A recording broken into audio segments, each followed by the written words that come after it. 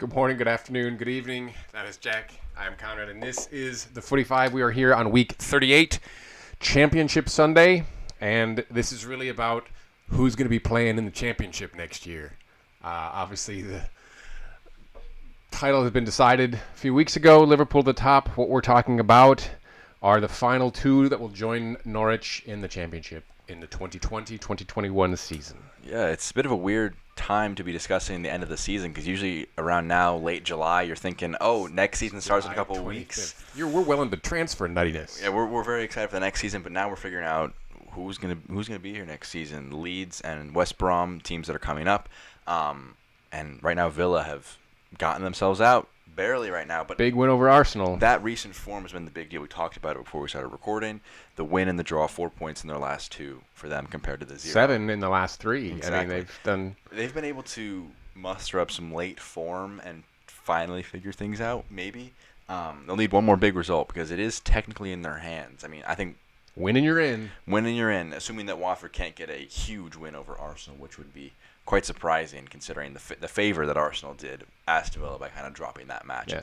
Arsenal they've looked really, really good, and then they play Villa and play really, really not well at all. Yeah. So they're like Chelsea right now. I don't know which team is going to show up. It's very strange.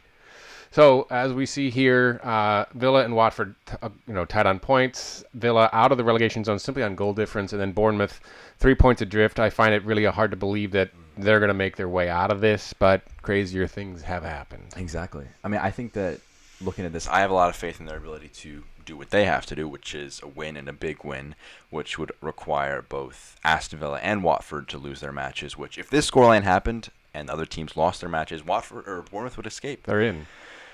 I think that they've kind of figured out some things in recent weeks, and they'll get a big result against an Everton team who may be a little slow, but a little bit sluggish. They'll get the results. Will it ultimately keep them up? On our predictions, I don't think so. I mean, I think Everton are going to come out. Yes, they don't have a lot to play for, but Ancelotti wants to know who wants to wear an Everton shirt next year. Mm-hmm. So I think he's going to be looking for his team to come out and say, I want to play. I want this Everton shirt.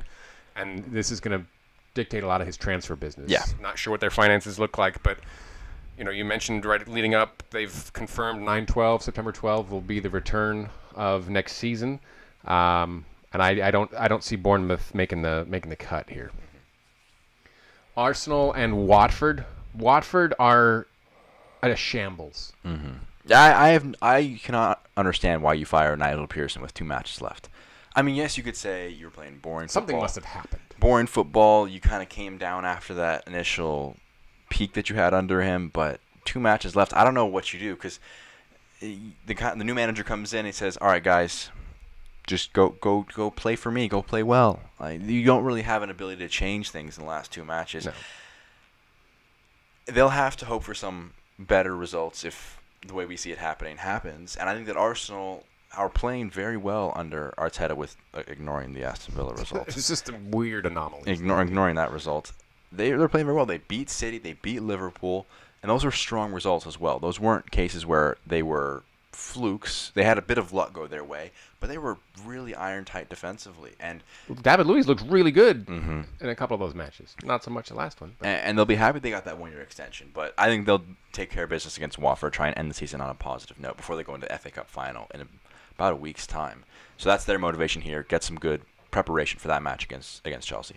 Last one, West Ham home to Aston Villa. If this goes this way, Villa are stumbling their way, staying up. Yeah, it's not looking like a strong finish for them. But again, they've played well the last 3 matches. And West Ham, that draw against Manchester United, you saved yourself. You don't have to worry about anything. No stress in this final week of the season. Much different than Everton, I think. There definitely will be some coasting, I think, from West Ham in this match. And even if it's not coasting, it's just simply less desire than Aston Villa will have to try and keep themselves alive. I see Jack Grealish's kind of farewell tour before he heads off to United. Wouldn't be surprised if he does that. He would love to leave that parting gift of, hey, you guys are I'll play you guys next year. I'll see you guys again, but as an opposition player. So those hold. We have 2 tables here. Both of us have Villa staying up. Me stumbling their way in on the draw, point ahead of Watford. And then you've got Watford rooted to the bottom on goal difference. That wouldn't surprise me at all. They've just been such a dumpster fire lately. I don't understand the mentality. But again, it is one final match this season. Can you just turn things around for one match and save yourselves? Up the Villa. That's what we're seeing.